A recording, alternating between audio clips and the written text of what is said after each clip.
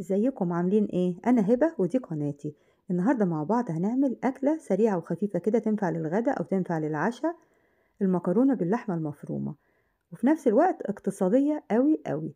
في طاسة على النار معلقة زبدة ومعلقتين زيت، وبعدين هنضيف لهم بصلة كبيرة مفرومة وقلبيها بقى دقيقتين كده لحد ما تدبل، وبعدين ضيفي لها فصين توم مفرومين. البصل والثوم مش هياخدوا لون، هما بس هيتبالوا كده. هنبدأ نضيف لهم اللحمة المفرومة. ده نص كيلو لحمة مفرومة، بس احنا مش هنستخدمه كله النهاردة، هنستخدم نصه بس. انا عملته اخدت نصه والباقي شيلته في الفريزر. قلبت بقى اللحمة كده لحد اللون بتاعها ما يتغير، بعدين هتبدأي تتبليها. التتبيلة بتاعتنا ملح وفلفل اسود وتوابل اللحمة. مش بحب احط للعصاج اكتر من كده. معلقة صغيرة ملح، نص معلقة صغيرة فلفل اسود، نص معلقة صغيرة توابل لحمة.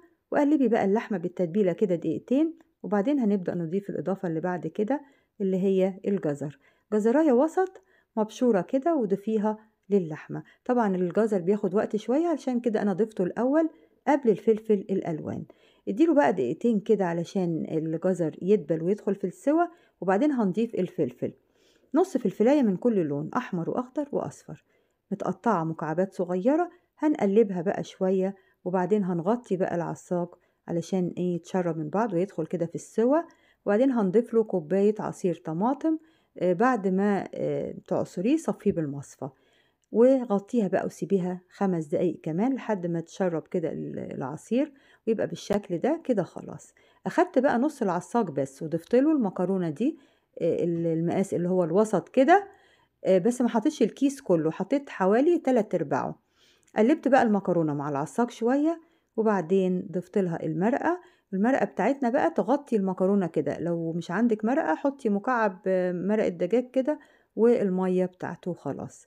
غطيت بقى المكرونة وسبتها، وبعدين دقيقتين وشفتها كده لقيتها لسه يعني ما دخلتش في السوا. دقيقتين تاني وتشوفيها شربت بقى المرقة بتاعتها كلها اهي، بس لسه نية شوية. فديتها كوباية مرقة كمان وغطيتها، وبعد دقيقتين خلاص بقى كانت استوت.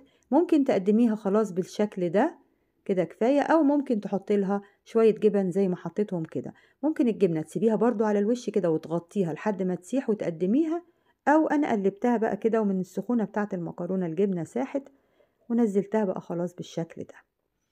أكلة سريعة وخفيفة، وزي ما بقولك اقتصادية. احنا عملنا الكمية دي بربع كيلو لحمة مفرومة وشوية جبن، ويعني كلها بقى ايه، يعني فعلا أكلة اقتصادية وهتنفع زي ما بقولك للغدا أو للعشاء. نوع المكرونة ده طبعا بقى بالنسبة لك اختياري، يعني ممكن تغيري تعمليها سباجيتي أو مكرونة شرايط أو مكرونة قلم. أي نوع مكرونة هيبقى حلو فيها. بس حطيت بقى شوية بقدونس كده للتزيين، وتقدميها بألف هنا. ولو عجبتك طريقتي النهاردة اعملي لايك وشير واشتراك في القناة بتاعتي، وباي باي.